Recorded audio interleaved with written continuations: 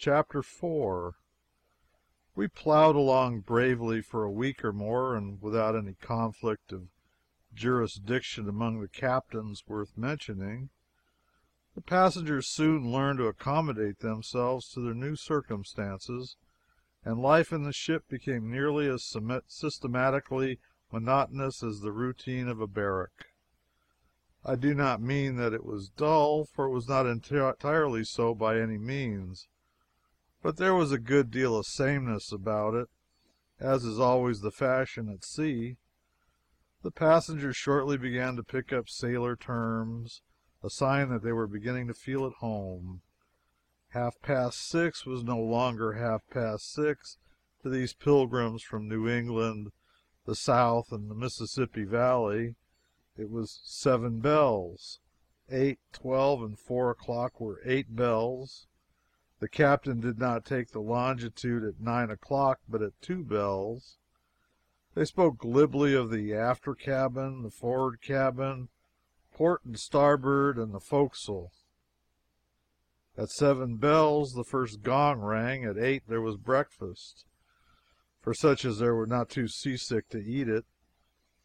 After that all the well people walked arm in arm up and down the long promenade deck, enjoying the fine summer mornings, and the seasick ones crawled out and propped themselves up in the lee of the paddle boxes and ate their dismal tea and toast and looked wretched. From 11 o'clock until luncheon, and from luncheon until dinner at 6 in the evening, the employments and amusements were various. Some reading was done, and much smoking and sewing, though not by the same parties. There were the monsters of the deep to be looked after and wondered at. Strange ships had to be scrutinized through opera glasses, and sage decisions arrived at concerning them. And more than that, everybody took a personal interest in seeing that the flag was run up and politely dipped 3 times in response to the salutes of those strangers. In the smoking room there were always parties of gentlemen playing euchre, draughts, and dominoes, especially dominoes, that delightfully harmless game. And down on the main deck, forward of the chicken coops and the cattle, we had what was called horse billiards. Horse billiards is a fine game. It affords good active exercise, hilarity, and consuming excitement. It is a mixture of hopscotch and shuffleboard played with a crutch. A large hopscotch diagram is marked out on the deck with chalk, and each compartment numbered. You stand off 3 or 4 steps, with some broad wooden discs before you on the deck, and these you send forward with a vigorous thrust of the long crutch. If a disc stops on a chalk line, it does not count anything. If it stops in a division, number 7, it counts 7. In 5, it counts 5, and so on. The game is 100, and 4 can play at a time. That game would be very simple played on a stationary floor, but with us, to play it well required science.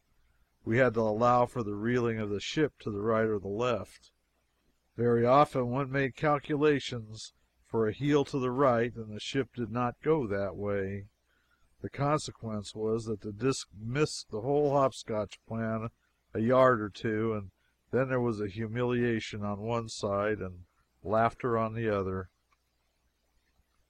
When it rained, the passengers had to stay in the house, of course, or at least the cabins, and amuse themselves with games, reading, looking out of the windows with the very familiar billows, and talking gossip.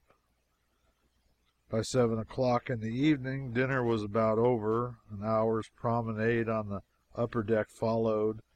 Then the gong sounded, and a large majority of the party repaired to the after cabin, or upper, a handsome saloon 50 or 60 feet long, for prayers. The unregenerated called this saloon the Synagogue. The devotions consisted only of 2 hymns from the Plymouth collection and a short prayer, and seldom occupied more than 15 minutes. The hymns were accompanied by parlor organ music when the sea was smooth enough to allow a performer to sit at the instrument without being lashed to his chair. After prayers, the synagogue shortly took the semblance of a writing school. The like of that picture was never seen in a ship before. Behind the long dining tables on either side of the saloon, and scattered from one end to the other of the latter, some 20 or 30 gentlemen and ladies sat them down under the swaying lamps, and for 2 or 3 hours wrote diligently in their journals. Alas, that journals so voluminously begun should come to so lame and impotent a conclusion as most of them did. I doubt if there was a single pilgrim of all that host but can show 100 fair pages of journal concerning the first 20 days voyaging in the Quaker City.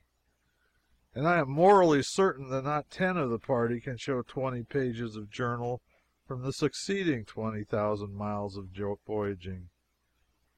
At certain periods it becomes the dearest ambition of a man to keep a faithful record of his performances in a book, and he dashes at this work with an enthusiasm that imposes on him the notion that keeping a journal is the veriest pastime in the world and the pleasantest.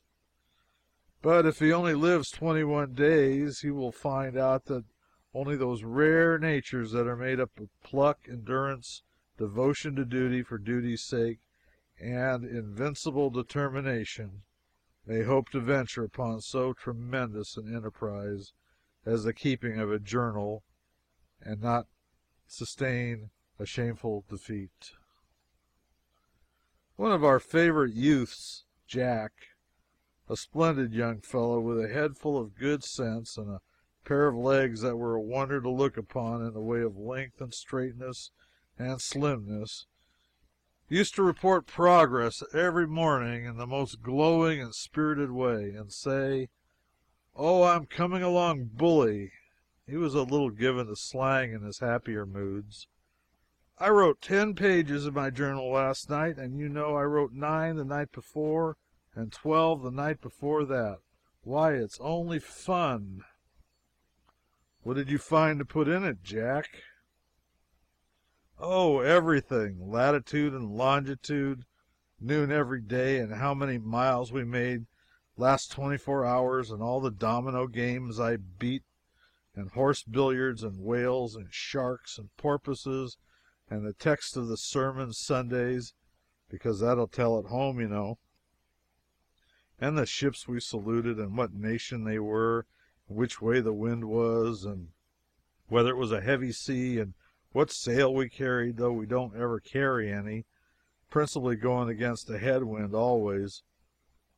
Wonder what is the reason of that? And how many lies Moult has told. Oh, everything. I've got everything down. My father told me to keep that journal. Father wouldn't take $1,000 for it when I get it done. No, Jack, it'll be worth more than $1,000 when you get it done. Do you? No, but do you think it will, though? Yes, it'll be worth at least as much as $1,000 when you get it done. Maybe more. Well, I about think so myself. It ain't no slouch of a journal. But it shortly came to a most lamentable slouch of a journal. One night in Paris, after a hard day's toiling and sightseeing, I said, "Now I'll go and stroll around the cafes a while, Jack, and give you a chance to write up your journal, old fellow."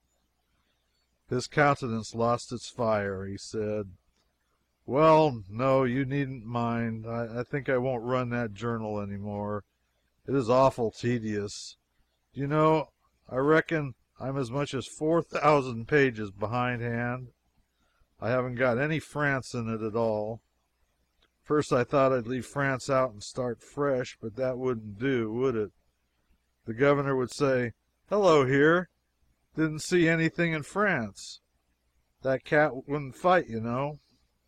First I thought I'd copy France out of a guidebook, like old Badger in the forward cabin, who's writing a book. But there's more than 300 pages of it.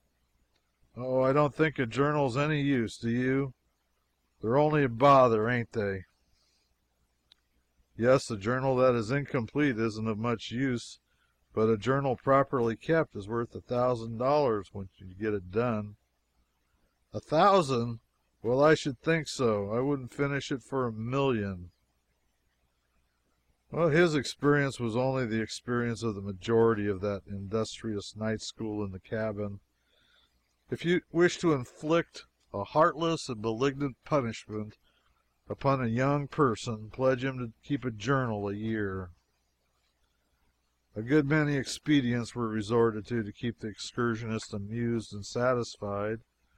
A club was formed of all the passengers, which met in a writing school after prayers and read aloud about the countries we were approaching and discussed the information so obtained. Several times the photographer of the expedition brought out his transparent pictures and gave us a handsome magic lantern exhibition. His views were nearly all of foreign scenes, but there were one or two home pictures among them. He advertised that he would open his performance in the after cabin at 2 bells, 9 p.m., and show the passengers where they shall eventually arrive, which was all very well, but in a funny accident the first picture that flamed out upon the canvas was a view of Greenwood Cemetery. On several starlight nights we danced on the upper deck under the awnings and made something of a ballroom display of brilliancy by hanging a number of ship's lanterns to the stanchions.